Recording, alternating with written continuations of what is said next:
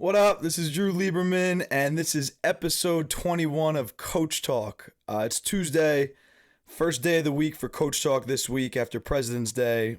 I had an incident Sunday night that just told me I need to slow down a little bit and take a deep breath. I don't know if it was stress, anxiety, sleep deprivation, all of the above. I don't know. I'm generally a pretty relaxed and easygoing person when I'm off the football field. So I don't really know what it was, but basically we had morning practice yesterday because the kids had off from school. We practiced at 9 a.m. And we game planned third down until about 3 p.m. and then I crashed and went right to sleep and was asleep by like 4 o'clock last night, woke up around midnight, and then slept again until about 6 this morning. So that's why we didn't have Coach Talk yesterday, which I apologize for. We didn't have any teach tapes or anything yesterday either, but we're back on track, excited to get after it during, this short week. Over the weekend, we lost to St. Peter's Prep 23-20 in overtime.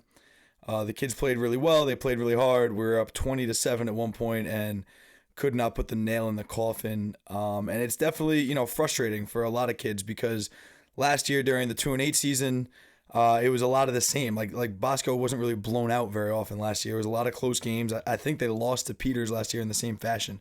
Close game in overtime. We just came off the Bergen Catholic 1-point loss 2 weeks ago. So I think a lot of kids were frustrated and kind of fearful because we still have a young team, fearful that, it's just more of the same from last year. As coaches, when you watch the film, I truly believe we're getting better. I truly believe that we played much better versus Peters than we did versus Bergen. But obviously, it doesn't really make anyone feel any better when you're 0-2 in those two games, and we need to do something better to finish. And we just need to find a way to get over that hump and win some of these close games because these games are huge. But I think there's no choice but to stay the course and just trust in what we're doing. I think that sometimes people from the outside have all these opinions, but then they don't recognize how hard we work as players and especially as coaches. We're in here till 12 hours a day. Till 10 o'clock at night on Sunday, 10 a.m. to 10 p.m. on Sunday, game planning, trying to find new ways to establish offense or align our defense or whatever it is. We're working our butts off, just as hard as we ask the players to work. And it's easy to get frustrated in these moments, but I think everyone needs to stick together. And I think from a coaching perspective, something we talked about, and I feel like we did a decent job of, is making sure that we share the accountability in these losses. And it is very much on our shoulders as much as it's on the kids' shoulders.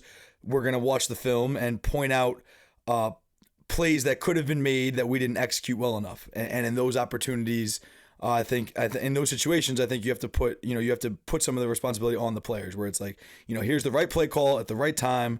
And for whatever reason, whether it's a mental lapse, a lack of effort, a lack of understanding, we don't execute this play. And that comes from the little details in practice, I think in meetings. I think it just comes from constantly enforcing a certain level of expectation that's going to carry through in those moments.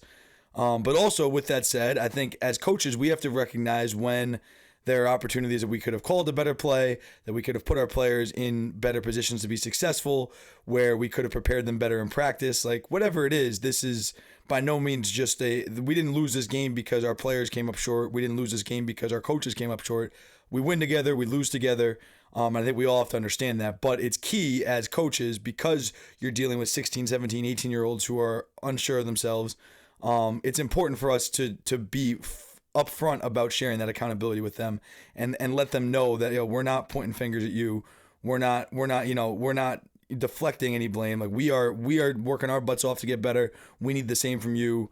The cool thing about this league, and it's something that was told to me very early when I started coaching at Bosco, is this league is a marathon, not a sprint.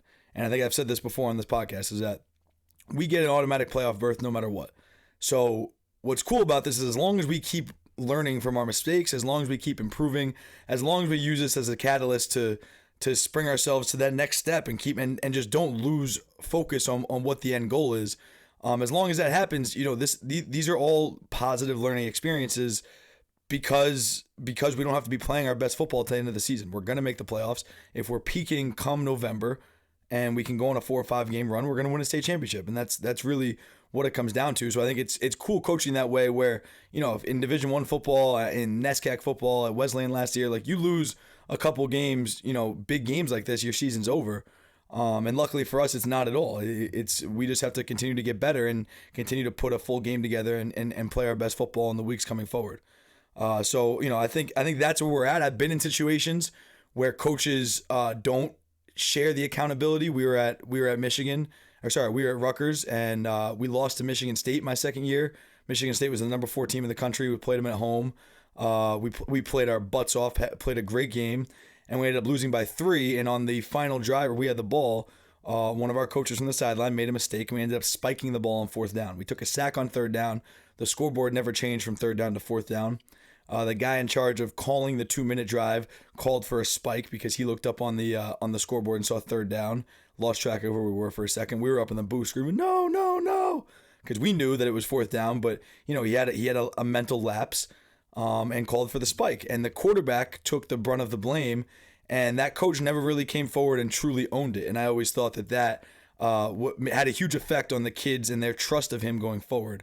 Because he never came up in front of the team in that situation, never said to the media, "Hey, that was on me. Take all the blame off the quarterback. It wasn't him. This is 100% on me," and kind of just face the music like I think he should have, because it was on him. And he does need to be held accountable for that, just like players get held accountable for making mistakes. And I thought that was a big moment. We had a situation at Wesleyan, once where the play callers called like the same play 9 times in a row.